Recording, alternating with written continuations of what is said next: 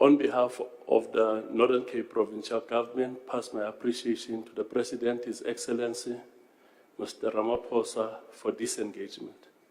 We view this meeting as an opportunity to address the barriers which are an impediment to economic growth and to align our collective efforts to effect the transformation of the economic fortunes of our province. We've already started with the President with those engagements as we were driving from the airport to the venue. And Honorable President, in 2019, the Sixth Administration articulated a vision to build a modern, growing, and successful province. That's basically our guiding vision here in the province. We all agreed that we are not going to have an unguided drift, where everybody is just going to his or her own direction. So our binding vision is to modernize the Northern Cape. Because we can't go to the communities of this province and speak about the fourth industrial revolution if we've not adequately derived the benefits of the third industrial revolution, which is the era of digitalization. The second pillar of the vision is growing the economy. Without growing the economy, we are not going to be able to improve the quality of lives of the people. We are not going to create the much needed job opportunities.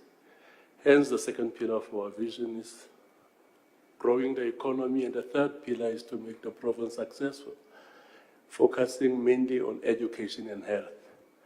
There's tremendous positive outcomes on both areas, health and education.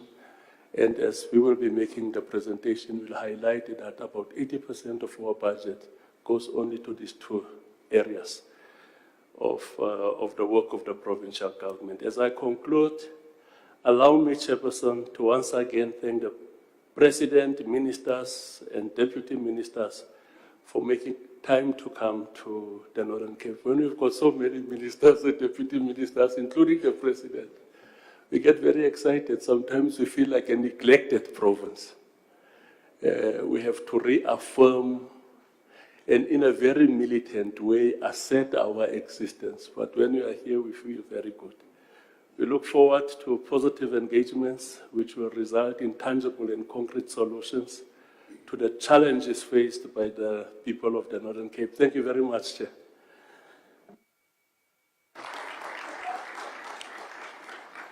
Thank you very much, Honorable Premier. And we really thank the President for creating this opportunity of making everybody not feel neglected. As you have expressed, this engagement being a face-to-face from one province to the other is really a demonstration of an exemplary leadership the President is demonstrating. On that note, Your Excellency, I want to invite the President to make his opening remarks. Honorable President. Thank you, Minister Tlhabisa. As our Program Director and Premier of our province here, Dr. Zamani Saul, and ministers who are here present, and deputy ministers, smiling and non-smiling, MECs, I greet you as well, and the executive mayors. I don't know where they are seated, right towards the end, yes. And members of councils and our officials and ladies and gentlemen.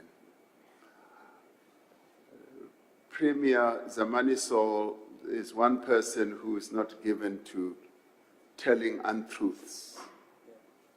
I've never heard him tell a lie. But this morning, as I listened to him, I realized that he's not telling the truth. Because just as he met me at the airport, he said, President, this is the how manyth time that you are here? You've been here so many times. So now he says they feel neglected. And that is not true, that the Northern Cape is neglected. It's a real joy to be here in this really vast and beautiful province of our country, much as it is home to some 1.3 million people and is the biggest province in our country. It is one of those wonderful provinces which is so well endowed with many attributes which we will deal with later today. This is the 6th formal engagement that we are having as national government, led to some extent by myself, but largely by Minister Tlhabisa, where the national executive of our country is having meaningful engagements with provinces. We have previously met with the executive councils of Limpopo, Mpumalanga, KwaZulu-Natal, Gauteng, and most recently with the Eastern Cape. We hope to have met with the leadership of government in all our provinces over the next few months. Now, all this is in aid of advancing cooperative governance as mandated by our Constitution. Now, as the government of national unity, we see this as an important part of building a capable, ethical, and developmental state. One of the driving forces behind the district development model that we established in 2019 was to ultimately do away with two persistent challenges that have been holding back our progress as a government. The first challenge is where we've continued to work in silos. This has been a particular problem when it comes to the interface between national, provincial, and local government spheres. The second is what I have always termed the parachuted development projects. And this refers to projects and programs that, having been initiated and scoped and budgeted for at national level, get done without much due consideration to the realities of implementation on the ground, or even whether that particular initiative in the end does meet the needs of our people. Now, these challenges have been time-consuming as well as costly. They have also contributed to a widening of trust between government and our communities when these ventures fail to take flight or encounter a lot of implementation problems. Now, structured engagements between national and provincial as well as local government structures are designed to narrow and ultimately close the gaps that often prevents us from doing what needs to be done. They are meant to help us work together more efficiently, to resolve challenges together and to plan smarter. But they also enable us to come up with innovative ideas and proposals of how we can foster development. I have said on a number of occasions that the Northern Cape in many ways is an economic pioneer and a frontier of innovation. Last year, there was a report published a profile that characterized the province as South Africa's emerging powerhouse, quite literally. The Northern Cape is at the forefront of the clean energy revolution, as we all know, and is experiencing a significant surge in power projects notably solar as well as green hydrogen. Now, the province's green hydrogen master plan is ambitious in both scope and potential, not just for the Northern Cape, but for the national economy as well. It is also a potential that can have an impact on SADC and even for our continent. In recent months, I, together with a number of members of the National Executive, meaning Cabinet, have participated in multilateral discussions and business forums where we've been articulating our vision of South Africa being a leader in the renewable energy revolution. And to quote this report, which I referred to, once the energy transition unfolds as envisaged, the Northern Cape could be the new heartbeat of our economy. Now, besides the strides that are being made in the energy sector, we note that the Northern Cape is working to become also an industrial hub. This is supported by the traditional industries like mining, but it is also being expanded through special economic zones development, as well as industrial park development and major infrastructure development, notably port and rail. Now, while the economy of the province has been growing and creating jobs, and there has been important progress in areas like education, public infrastructure, and basic services, persistent challenges still remain that are prevalent in the province.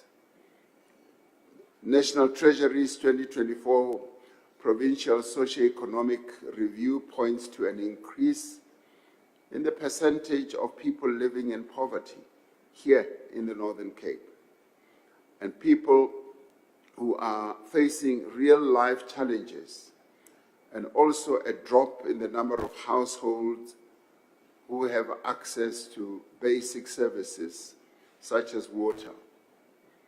Unemployment, especially youth unemployment, remains high. So much as we look at the potential and the progress that is being made, these challenges are still casting a shadow on our way to much better development. Fiscal constraints are holding back a number of projects, particularly at municipal level, including for disaster response and rural electrification, as well as public housing. Now, with respect to infrastructure development, we will need to find innovative ways to support high-impact projects. We will also need to find creative funding mechanisms for major projects that we need to embark upon. For instance, the Bogobai Harbour project, which I have spoken about on a number of occasions, including during the State of the Nation. Now, that is a project that will turn the fortunes of our province around. We need an urgent relook at the current delivery model to enable regulatory approval and investment activation. Now, what often holds us back is our own regulatory processes, where out of great enthusiasm to try to govern better, we've come up with a number of regulations that are now proving to be constraints that hold us back. We now need to look at those and see how we can utilize good governance processes, but at the same time foster quicker and smarter development in our economy. And integrated planning between national, provincial, and local government must involve our own state-owned enterprises as well as the participation of other important stakeholders. The integration of provincial planning into national priority planning must be prioritized through the district development model, and it must also be aligned to the medium-term development plan.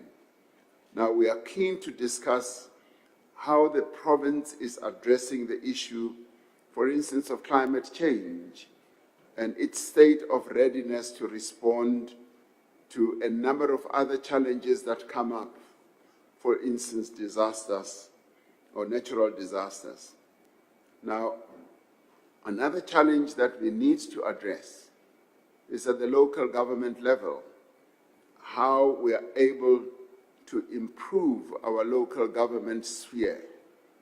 And we can also find ways and must find ways of ensuring that this province is able to move up to a higher level when it comes to tourism and be able to attract tourists. These are amongst the issues that we need to deliberate on today as we engage amongst ourselves. So there is a great deal of promise in the Northern Cape, other than having seen a great increase in investment in renewable energy. There is latent potential in this province where we can actually exploit the number of endowments that the Northern Cape has, and I look forward to hearing how the province wishes to position itself and to assist the people of our country here in the Northern Province to move to a higher level of growth where we can increase the employment and where we can increase the skills potential, particularly of young people in this province. Premier Saul, I do believe that with the leadership that your Executive Council is providing here, we have an important platform that can be utilized to drive the further growth that is required here. So I look forward to hearing your dreams, to looking very closely at the potential that you have and how you intend to exploit it. Now, allow me once again to thank you all for welcoming us, and I look forward to our discussions, which I am sure will be fruitful. Thank you very much, Minister Hlabisa, and thank you, all of you. Thank you.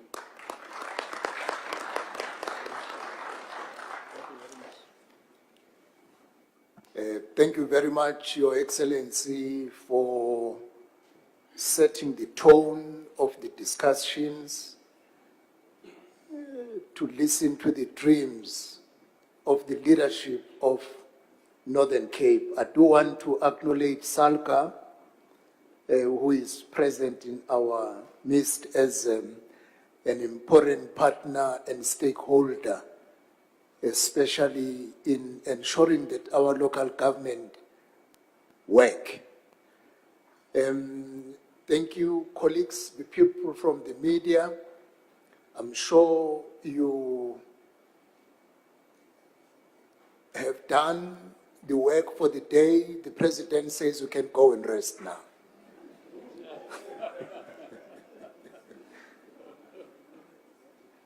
You can take your last pictures and then be allowed to be excused.